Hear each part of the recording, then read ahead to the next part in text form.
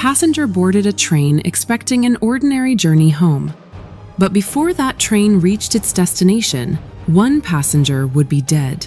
Just weeks later, another train, another ordinary journey, and another passenger was shot and killed.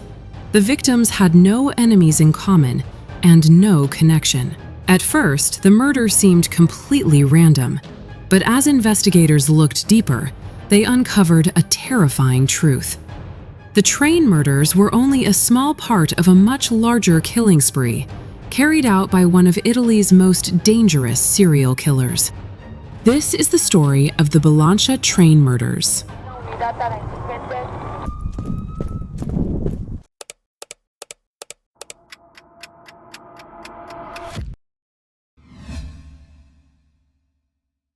It was April 12, 1998. An intercity train was traveling from La Spezia to Venice through northern Italy when 32-year-old Elisabetta Zoppetti boarded for what should have been an ordinary journey. A nurse at the National Cancer Institute in Milan, she was on her way to begin her evening shift. People around her were reading newspapers, looking out the windows, or simply relaxing after work. But another passenger had boarded that train with a very different plan. During the journey, Elisabetta got up and walked towards the train's restroom. A man quietly followed her. There was nothing unusual about him. To everyone else, he looked like any other passenger. After Elisabetta entered the restroom, the man unlocked the door with a specially made skeleton key and stepped inside. He threw her jacket over her head, then fired a single shot at close range, killing her almost instantly. Within moments, he walked out of the restroom, closed the door, and calmly blended back into the other passengers. No one around him realized that a murder had just taken place. As the journey continued, several passengers tried to use the restroom. Finding the door locked, they simply went to another one. Sometime later, when the restrooms still remained locked, train staff opened the door. Inside, they found Elisabetta lying on the floor with a fatal gunshot wound to the head. Emergency services were called, but Elisabetta had died at the scene. The train was stopped, and investigators began examining the crime scene. Elisabetta had been shot once with a .38 caliber revolver. Her money, jewelry, and other belongings were still with her. The only item missing was her train ticket, something investigators could not explain at the time. Detectives interviewed passengers and railway staff, hoping someone had noticed anything unusual. Several people remembered seeing a man moving through the carriage, but no one had paid enough attention to describe him clearly or identify him. Investigators examined Elisabetta's background, spoke to her family, friends, and colleagues, and reviewed every lead, witness statement, and the available forensic evidence. But nothing pointed to a suspect, and the investigation reached a dead end. Just 6 days later, on April 18, 1998, another train traveling along the Genoa-Ventimiglia route on Italy's northwestern coast carried 33-year-old Maria Angela Rubino, a babysitter traveling alone. As the journey continued, Maria walked towards the train's restroom. A man quietly followed her, unlocked the door with a specially made skeleton key, covered her face with her jacket, and shot her once at close range. He then calmly left the train before anyone realized another murder had taken place. Maria Angela's body was discovered later inside the restroom. As investigators examined the crime scene, they noticed striking similarities to the murder of Elisabetta Zoppetti. Both women had been traveling alone, attacked inside the train's restroom, and shot at close range before the killer escaped unnoticed. Investigators now began looking into whether the same person was responsible for both murders. Forensic experts compared the bullets recovered from both crime scenes under a comparison microscope. Every gun barrel leaves tiny microscopic scratches on a bullet as it is fired, creating a unique pattern, much like a fingerprint. The bullets from both murders carried the same microscopic markings, confirming they had been fired from the same .38 caliber revolver. This was the first solid evidence that both murders had been committed by the same killer. It completely changed the direction of the investigation. As investigators searched for the killer, they also began reviewing recent unsolved shooting cases across northern Italy. Forensic experts then carried out a ballistic comparison, and the results were shocking. The same .38 caliber revolver had also been used in several earlier murders. By now, investigators had linked 9 murders to the same weapon. The victims included money changers, security guards, and sex workers, with no apparent connection, making it almost impossible to predict who the killer would target next. A special investigative team was formed, as detectives raced to identify the person behind the growing killing spree.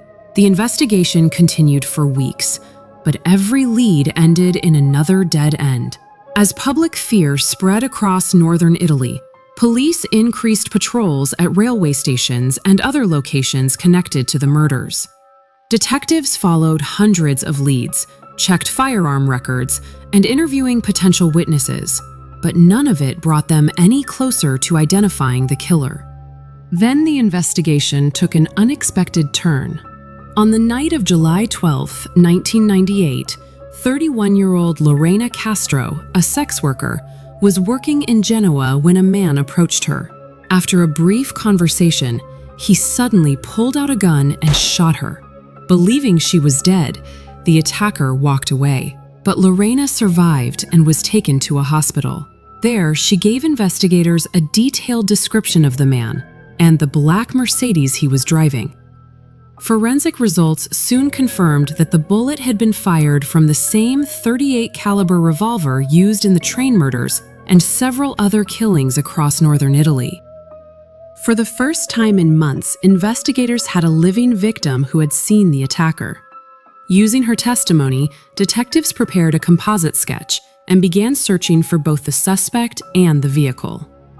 Soon, a used car dealer contacted police about a black Mercedes that had never been properly transferred to its new owner.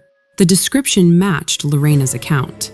The buyer's name was Donato Bilancia, a 47-year-old man from Genoa who had lost much of his fortune to a severe gambling addiction and had a long criminal record for robbery and other offenses.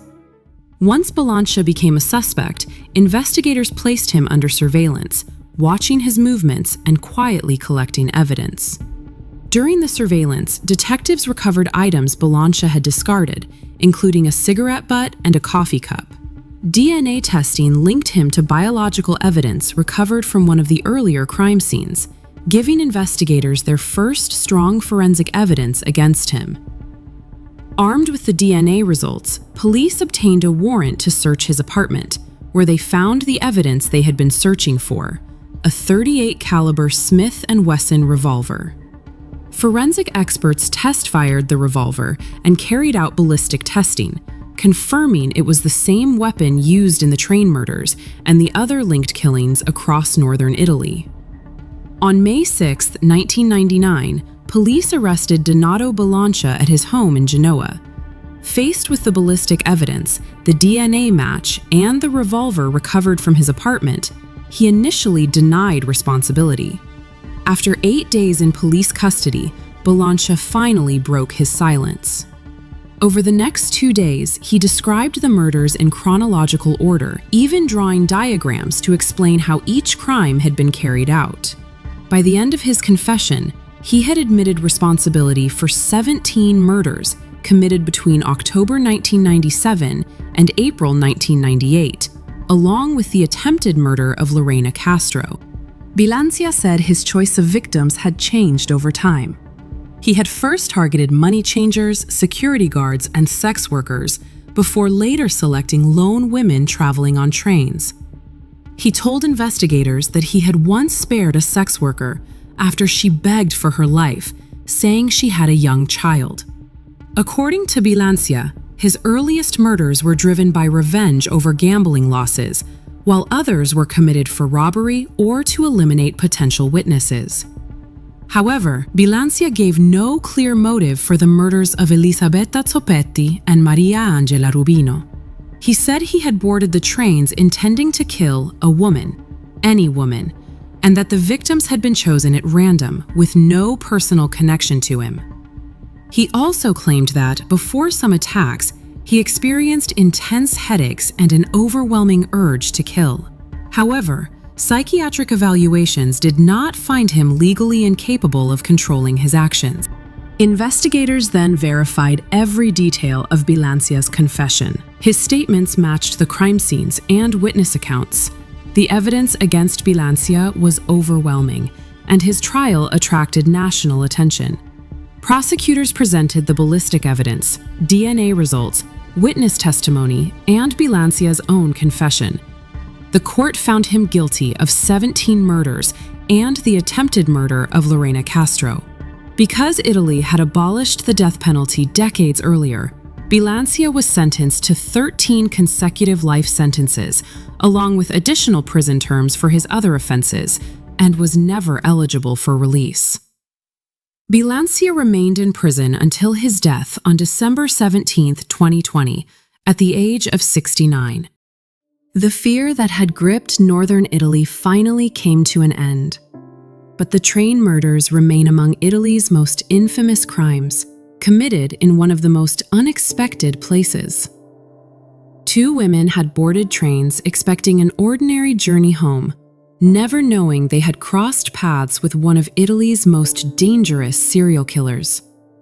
In the end, careful ballistic analysis and the testimony of a single surviving victim exposed the killer who believed he could disappear without a trace.